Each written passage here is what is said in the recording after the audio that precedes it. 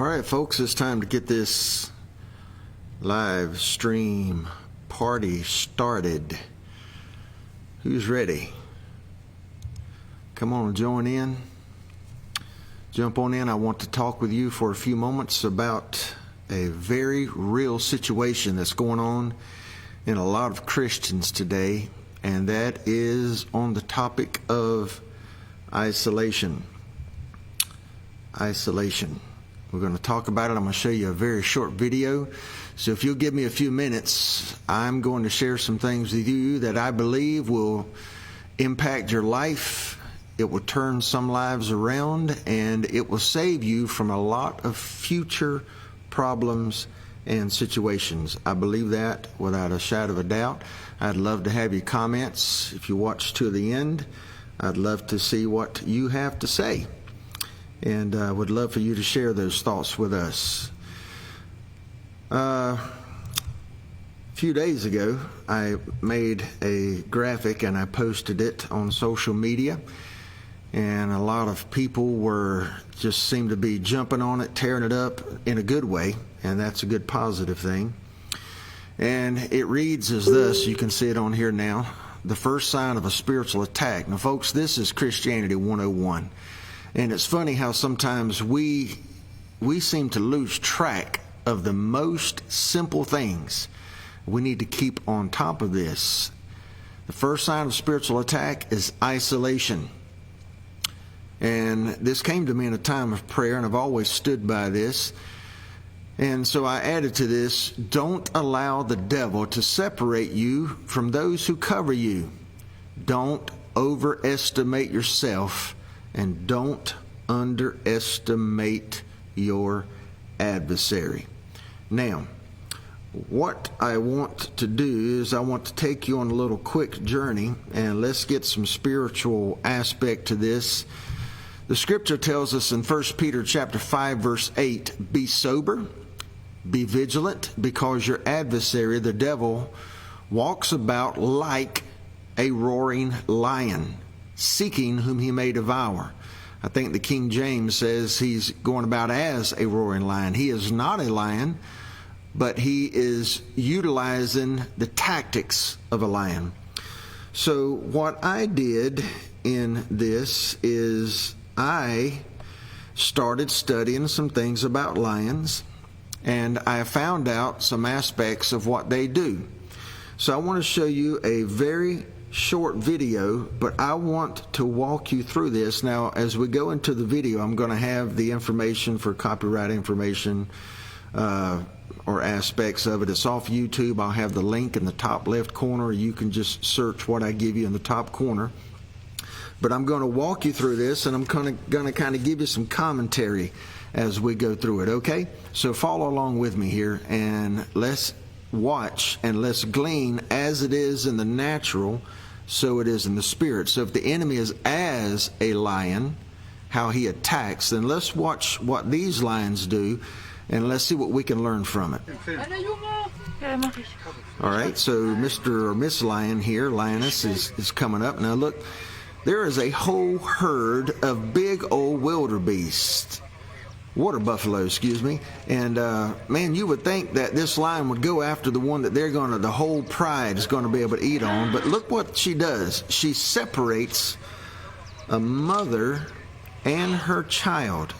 And then she stands there, and this lioness is in distraction mode. She's distracting the mom.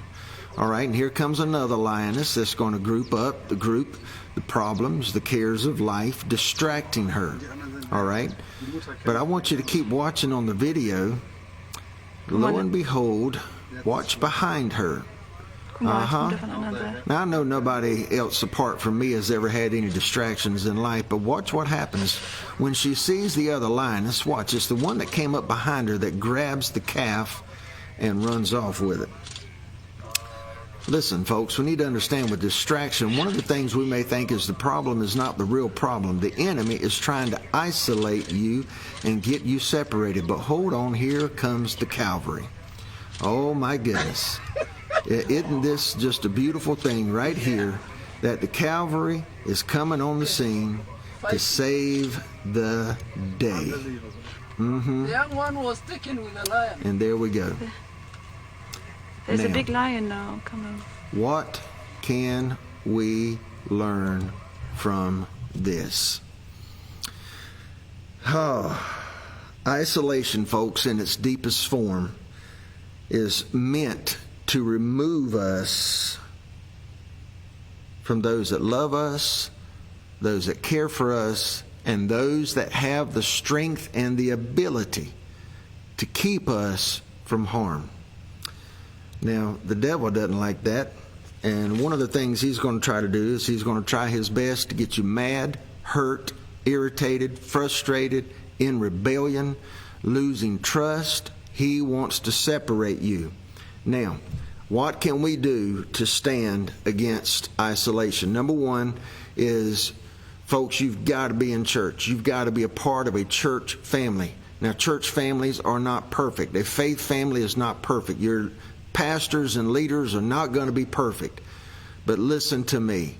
You can't allow stuff that you don't like, stuff that you disagree with, to cause you to become bitter and offended and cause you to break ranks, because that is the number one tactic of the adversary. Listen, friends, I'm a pastor, all right, but I want you to know something today.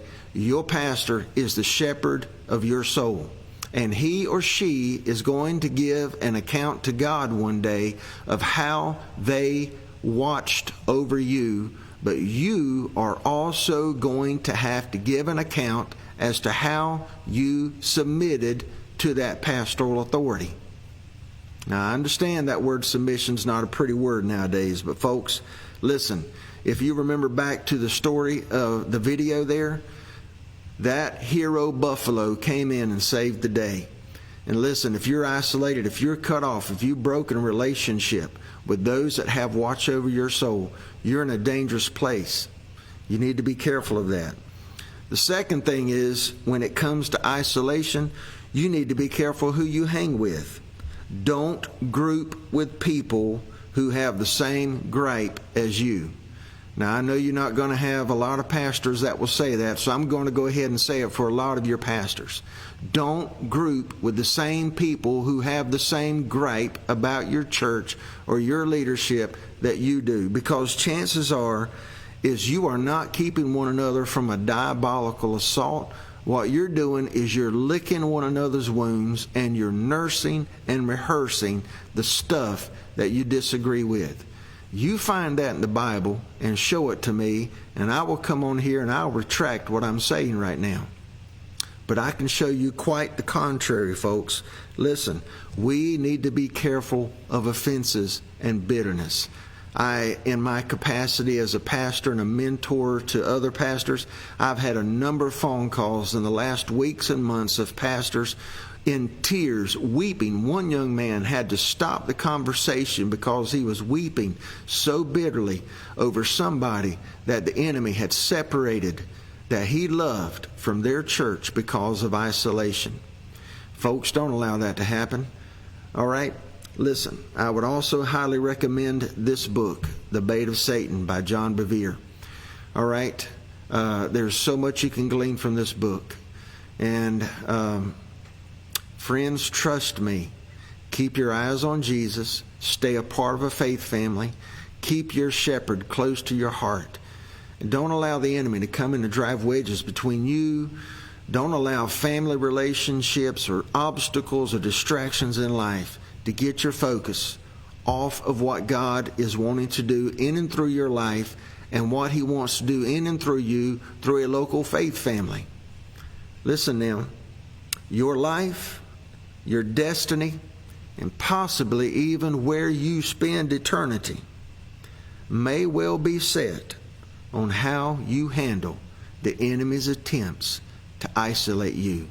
Where the enemy wants you alone, God is all about fellowship, relationship, and love. All right?